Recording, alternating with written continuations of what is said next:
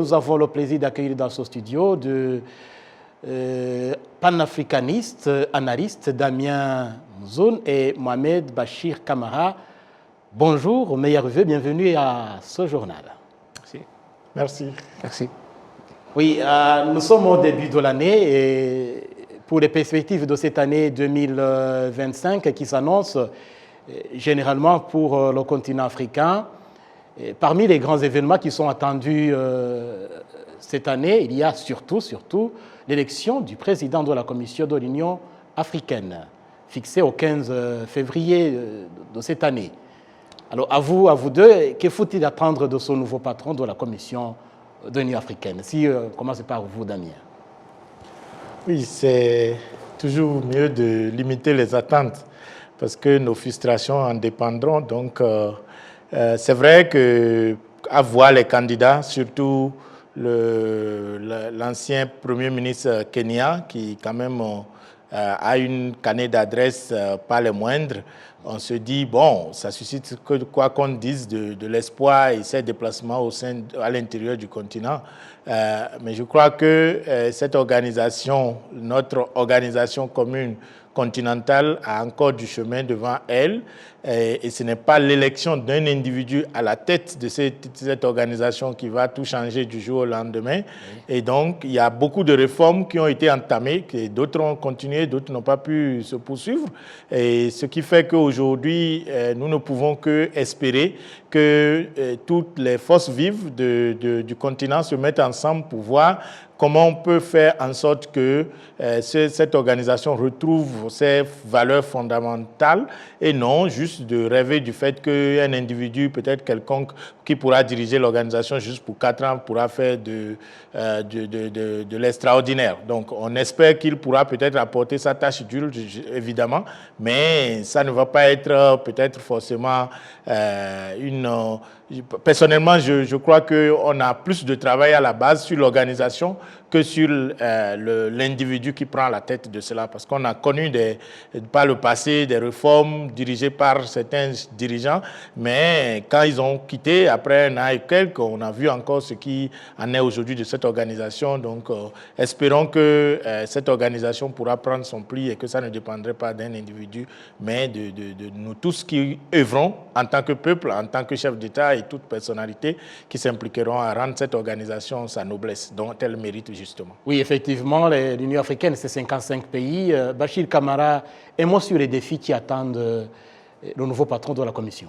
Moi, tout d'abord, j'aimerais justement dire que vous me vendez aujourd'hui de la patate chaude parce que je suis assis aujourd'hui avec une figure emblématique panafricaniste qui a quand même œuvré dans le cadre de la conscientisation de la jeunesse africaine.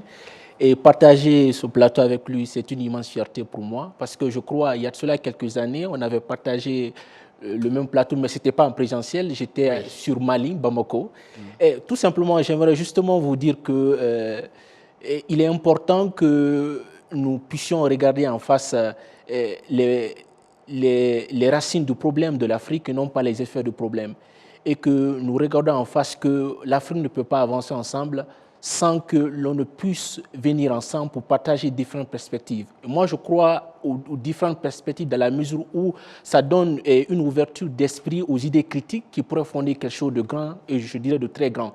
Parce que lorsque on est leader, cela ne veut pas dire que c'est à nous de tout faire, mais c'est tout simplement une façon de se recroqueviller en nous-mêmes, mais en regardant principalement et authentiquement les autres pour qui nous sommes là, pour pouvoir essayer de fonder quelque chose de grand, et je dirais de très grand, pour aller de l'avant. Oui, alors je voudrais qu'on s'arrête un peu sur l'initiative phare de l'agenda 2063 du continent africain. C'est l'initiative que le continent africain, l'Union s'était fixée en 2020 de faire taire les armes. Et depuis 2020 jusqu'en 2024, on voit que en tout cas, les armes ne se sont pas tues et malheureusement, on assiste à des scènes violentes ici et là sur le continent. Alors, cette initiative qui était vraiment noble, qu'est-ce que vous en dites, Damien? Est-ce qu'il y a lieu d'être optimiste et que ça sera réalisé un jour? D'abord, taire les armes, ça dépend d'où les armes là viennent. Et aujourd'hui, nous avons des armes qui viennent des terroristes, des groupes qui se revendiquent. On a aussi des armes qui viennent aussi des groupes qui se sentent lésés et qui s'organisent. On a encore des guerres de sécession dans le continent. En même temps, on a des coups d'État qui évoquent aussi que des militaires sortent des casernes et prennent des armes pour prendre le pouvoir. Et donc, l'un dans l'autre, il s'est fait que des fois, le fait qu'il y ait des mouvements terroristes, comme on en a connu au Burkina Faso, au Niger et autres, au Sahel en général. Le Sahel a fait qu'aujourd'hui, les militaires ont pris les armes pour, soi-disant, faire taire les armes des terroristes. Et donc, quelque part, je pense que c'est une question cruciale. Au XXIe siècle, normalement, l'Afrique ne devait plus être encore à l'étape de coup d'État. Ça, c'est déplorable et il faut évidemment le déplorer. Mais des circonstances nous ont amenés à cela. Et ce que je pense, c'est que faire taire les armes aujourd'hui dans le continent, c'est un vœu. Mais il faut créer des conditions pour que ces armes ne puissent pas... je crois que les armes ne se lèvent pas au hasard. Il y a des circonstances qui font que ce soit du côté de ceux qui sont contre ces rebelles ou parfois ces terroristes, il faut que nous puissions trouver des mécanismes d'écouter ces gens, d'inclure les gens de façon à ce qu'on ne se retrouve pas dans des situations où les armes sont obligées de venir régler les problèmes au XXIe siècle. À un moment donné, nous avons cru que les armes sont évidemment pour peut-être la chasse. Aujourd'hui, c'est comme si les armes reviennent encore pour faire la chasse à des autres humains, et ce qui est dommage. Donc, je pense que nous avons de quoi à réfléchir dans les laboratoires d'idées et en collaboration avec les différents responsables et les peuples pour voir comment il faut faire pour régler ces problèmes-là à la base, parce que si les gens se sentent lésés, exclus et peut-être discriminés, je crois que tôt ou tard, ça finira par des violences, et c'est pourquoi il faut peut-être régler la cause profonde de ces problèmes au lieu juste de faire des déclarations à l'Union africaine, de dire il faut faire taire des armes, et c'est ce que nous voulons que ça change à partir de 2025. Il ne faudrait plus que l'Union africaine soit une organisation de vœux ou de déclarations. Il faudrait qu'elle soit une organisation qui puisse quand même accompagner les pays à régler les problèmes profonds qui amènent à la résurgence de ces problèmes de conflit qui amènent à faire entendre encore les armes à notre époque. Donc il faut des mesures concrètes pour que ça devienne vraiment une réalité. Alors, Bachir Camara, il y a un problème qui a été évoqué ces dernières années, le problème des bases militaires étrangères sur le continent africain. Et depuis un certain temps, nous avons assisté aux décisions de certains pays qui disent non, on ne veut plus de ces bases militaires. Est-ce que l'Afrique aujourd'hui est capable d'assurer elle-même sa sécurité? Écoutez, M. Jean Damascène, vous savez, ça c'est devenu aujourd'hui, ce sujet est devenu la coqueluche des médias et que la plupart des gens parlent de cela. Moi, je crois bien évidemment on a créé un système labyrinthique, des questions en filigrane qui ne permettent pas vraiment de pouvoir avancer ces genres de questions, mais c'est facile. Ce n'est pas de la patate chaude, comme j'aime le dire. Tout simplement, moi je crois que ce sont des bonnes guerres, dans la mesure où l'on se dit que en réalité, ce n'est pas parce que les bases militaires sont sur nos territoires qu'il y a un problème en Afrique où il y a une question d'épanouissement, d'émancipation de l'Afrique. Oui. Parce que tout simplement, nous constatons au Japon, il y a une base militaire américaine qui se trouve, mais cela n'empêche pas au Japon quand même d'évoluer, d'aller de l'avant. Oui. Ce sont des bonnes guerres. Nous sommes dans une mondialisation, bien que des fois, l'Afrique est lésée, comme l'a si bien dit M. Mouzoum, et l'Afrique est à la marge de cette mondialisation. Mais ce qui est important pour moi et très crucial, c'est que tout simplement les Africains doivent essayer de mettre un système en place qui permette de pouvoir avoir des bonnes collaborations, des collaborations avec valeur, avec éthique, qui pourraient être une responsabilité pour tout chacun afin d'aller de l'avant. Oui, et quand on parle de ce problème du maintien de la paix, de la sécurité, il y a toujours, plus qu'un slogan d'ailleurs, les gens qui disent que non, il faut aux problèmes africains, il faut des solutions africaines.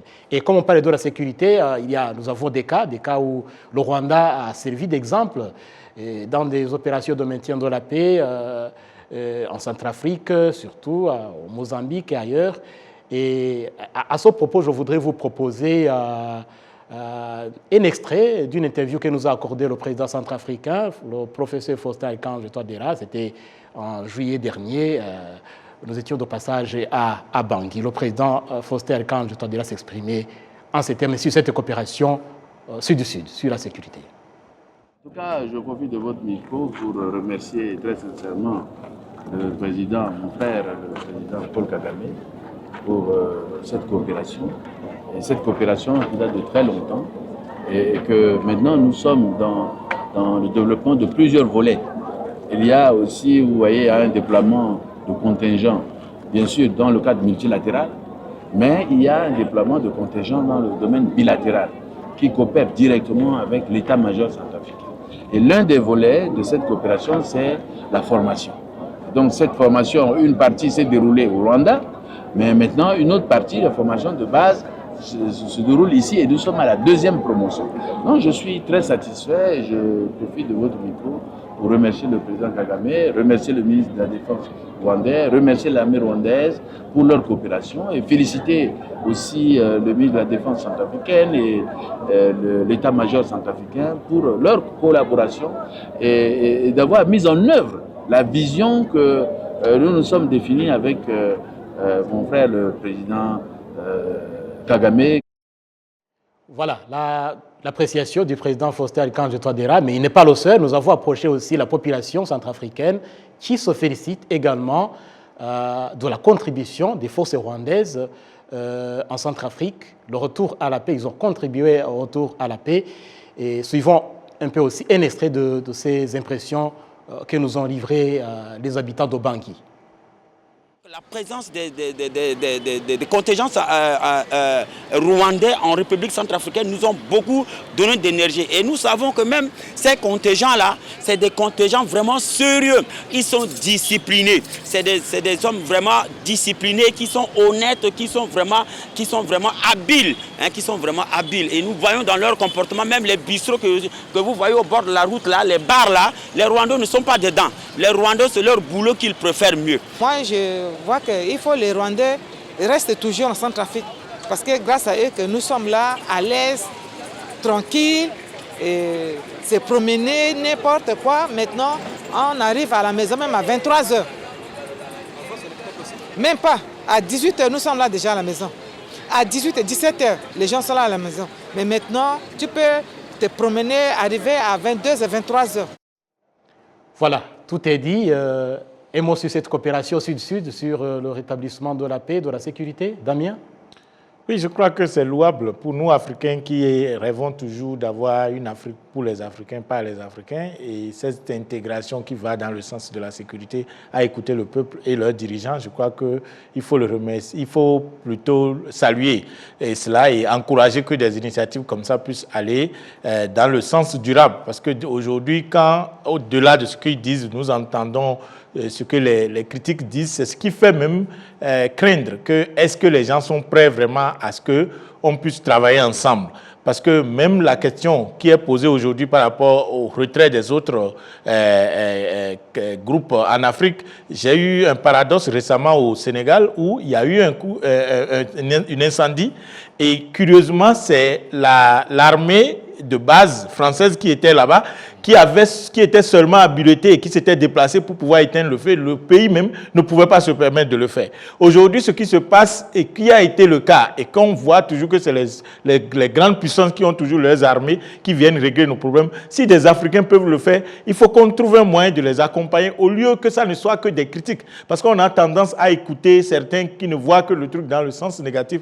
Donc je pense que c'est ce qu'il nous faut et il faut peut-être que chacun donne sa part de contribution, que ce soit les pays qui pourvoient ces hommes en uniforme pour aller se sacrifier sur des terrains qui ne sont pas généralement forcément les leurs. Je pense qu'il faudrait que nous revoyions cette situation et que chacun se mette dans la balle de nous voulons régler un problème. On n'a pas besoin de se créer d'ennemis pour ça. Et donc, je crois, je souhaite le meilleur pour les coopérations sud-sud entre le Rwanda et les autres pays qui pensent que c'est nécessaire qu'ils puissent aussi fusionner aujourd'hui leurs forces de sécurité pour pouvoir régler les problèmes et de faire en sorte que la résolution de ces problèmes soit beaucoup plus pérenne et durable. Donc c'est ce que nous souhaitons. Merci. Et Camara, il ne faut pas que les Africains, les pays africains se tournent toujours vers l'Occident pour trouver une solution, une issue aux problèmes sécuritaires. Cela dénote véritablement que le Rwanda est la phare incontournable en fait de la coopération sud-sud. La raison en est que le président de Centrafrique extériorise davantage que le Rwanda est un pays de paix, est un pays qui montre davantage que nous pouvons croire davantage à cette coopération sud-sud. C'est ce qui est important. Le fait que les Africains viennent ensemble pour mieux travailler ensemble ne veut pas dire que l'on veut faire dos aux autres. Oui. Non, parce que nous vivons dans une ère de la mondialisation, bien que je le dis deux fois que l'Afrique est à la marge de cette mondialisation, mais il est important que nous venions ensemble d'abord, l'Afrique d'abord, afin que nous puissions aller de l'avant. Et cela va nous montrer davantage dans le concert des nations que l'Afrique, le continent africain, est sérieux pour pouvoir mieux collaborer avec d'autres continents dans une base de gagnant-gagnant afin que nous puissions mettre en place des stratégies de coopération pour mieux aller de l'avant et que nous puissions défendre nos intérêts. Ah oui. Et un autre élément qu'on ne saurait pas passer sous silence, ce sont les élections présidentielles, législatives qui sont prévues en Afrique cette année. La Côte d'Ivoire, le Cameroun, la Tanzanie, les Seychelles vont élire le président. Et il y a bien entendu d'autres pays qui vont passer aux législatives. Et si on tourne un peu en arrière, l'année passée, le Rwanda a connu les élections. Et si je ne me trompe pas, vous étiez les deux ici au Rwanda. Damien, qu'est-ce qui vous a frappé dans ces élections rwandaises? Bon, en fait, je suis déjà intervenu quand même par rapport à ce sujet, mais je réitère ma position que, vous savez, on a tendance à croire que la démocratie, c'est le combat, c'est l'insulte, c'est les injures, c'est les jets de pierre. Et je pense que ceux qui ont quand même été ici pendant ces élections, vu qu'il n'y avait pas eu de gens de violence, au contraire, on pensait qu'on était à une fête. Les gens célébraient, partout où tu passes, tu vois que les gens étaient des populations qui prenaient leur propre argent pour acheter des t-shirts ou même des casquettes pour pouvoir s'intégrer. Je pense que quand on a connu l'indépendance, on avait eu cette forme d'euphorie avec les Kwame Nkrumah, oui, où c'était quand même la période des partis uniques pour pouvoir donner une certaine base à l'Afrique. Mais malheureusement, cette période n'a pas duré. Ces gens ont quitté le pouvoir plus tôt et par différents mécanismes. Et aujourd'hui, ce que nous souhaitons, c'est que quand des hommes forts arrivent au pouvoir et qu'ils se font aimer par leur peuple, comment il faut faire pour que ces personnalités qui arrivent à mettre leur marque, et après eux, cette situation se poursuive comme ce que nous avons aujourd'hui. C'est justement ce que nous espérons pour les autres pays africains, qu'ils arrivent à atteindre un niveau où les hommes forts viennent mettre des institutions auxquelles personne ne serait au-dessus. Et là, une élection ne doit pas être un combat ou une forme de violence. Oui. Et cela, je crois que ça a été remarqué et perceptible par rapport à ce que nous avons vécu ici. Nous espérons quand même que cela soit durable et c'est ce que ce dont nous prions chaque jour pour dire qu'il faudrait que nos pays puissent prendre les élections comme des séances où on doit choisir nos leaders. Ça devait être une période de fête et non une période de querelle ou de combat. Oui. Bachir, un élément comme le disait un très grand écrivain, il disait ceci: la liberté qui capitule et le pouvoir qui se dégrade n'attend point merci de ses ennemis. Vous savez, c'est l'exemplarité du Rwanda, c'est vraiment un modèle, je dirais même magnanime de ce système ou de cet écosystème politique en Afrique qui est très rare, qui est un denrée très très rare. La raison en est que au Ghana, tout récemment, il y a eu une élection présidentielle, mais ça n'a pas fait de dichotomie politique. Oui. Il y a eu une sûreté politique qui s'est vraiment manifestée au Ghana. Ni passation pacifique du pouvoir. C'est vraiment une très grande grandeur et ça montre davantage que l'on est au diapason de cette démocratie et que certains pays africains peuvent prendre comme étant un exemple, je dirais même l'épitomie de ce courage politique et de cette détermination politique qui est basée sur la valeur, qui est basée sur l'éthique, qui est pour nous comme étant une responsabilité. Et ça pourra aussi inspirer aussi d'autres générations. C'est la raison pour laquelle nous, dans le laboratoire d'idées, M. Mouzoum travaille immensément, ardemment, vivement, authentiquement sur ces questions-là et que ça pose quelque chose de grand et que les Africains doivent essayer de trouver en fait cet accord, cet écosystème qui se dit oui, on a la volonté, on doit essayer de mettre du paquet, on doit se comprendre, on doit créer des systèmes qui ne sont pas en filigrane ou des systèmes labyrinthiques, des systèmes clairs de transparence qui pourraient permettre un trou d'espoir, un trou de sérénité, de stabilité politique. Et c'est pourquoi aujourd'hui le Rwanda est stable. Parce qu'il y a un élément phare, un élément clé, la clé de voûte qui se passe aujourd'hui sur la terre rwandaise, c'est que tout simplement, il y a cette sérénité politique qui se manifeste. Oui. Ce n'est pas une question de la personne, mais c'est une question du peuple. Et c'est ce qui s'incarne davantage et que l'on a pris comme étant une inspiration politique, sociale et économique pour pouvoir aussi inspirer aussi d'autres pays africains afin d'aller de l'avant. Oui, et on s'achemine vers la fin. Très brièvement, cette année 2024 qui s'achève, le Rwanda a accueilli divers événements de grande envergure. Vous avez participé d'ailleurs à certains de ces événements. Très brièvement, 30 secondes chacun. Comment avez-vous apprécié la capacité du Rwanda d'abriter, d'accueillir ces grands rassemblements? D'abord, si vous écoutez le discours du président, il dit que ce n'est pas la taille du pays qui définit. Et je crois que la discipline qui caractérise aujourd'hui le système qui est en train d'être mis en place ici permet à ce qu'il n'y ait plus d'impossibilité par rapport à la taille du pays. Et je crois que quand un peuple se discipline et décide d'aller de l'avant, on a connu des pays comme le Singapour et d'autres pays qui l'ont fait par le passé, il n'y a pas de hasard. Donc, il faudrait qu'on continue d'y travailler. Et je crois qu'à la longue, quand vous voyez déjà les stades qui sont en train de s'implanter dans le pays, à la longue, je ne crois pas qu'on ne pourra pas, même pas abriter des choses comme la Coupe du Monde et autres. Et cette ambition est noble que nous applaudissons et nous espérons que tout se passe pour que le Rwanda soit toujours se montre déterminé à montrer au peuple que ce n'est pas la taille qui fera qu'on pourra faire. Ce qui compte, c'est vidéos, avoir la vision et aussi la discipline pour pouvoir suivre ces pas-là. Oui. Voilà, on se sépare, on se quitte sur cet élément et merci à Bachir Mohamed Kamara d'avoir répondu à notre invitation et à vous également Damien Mouzoum, merci d'avoir répondu favorablement à notre invitation. Nous respectons le Rwanda pour son leadership serviteur et cette vision à long terme pour pouvoir mieux avancer le continent africain. Ah oui, c'est la vision du président Paul Kagame qui l'a insufflé à tous les Rwandais. C'est une vision qui souhaite d'ailleurs à tous les pays africains.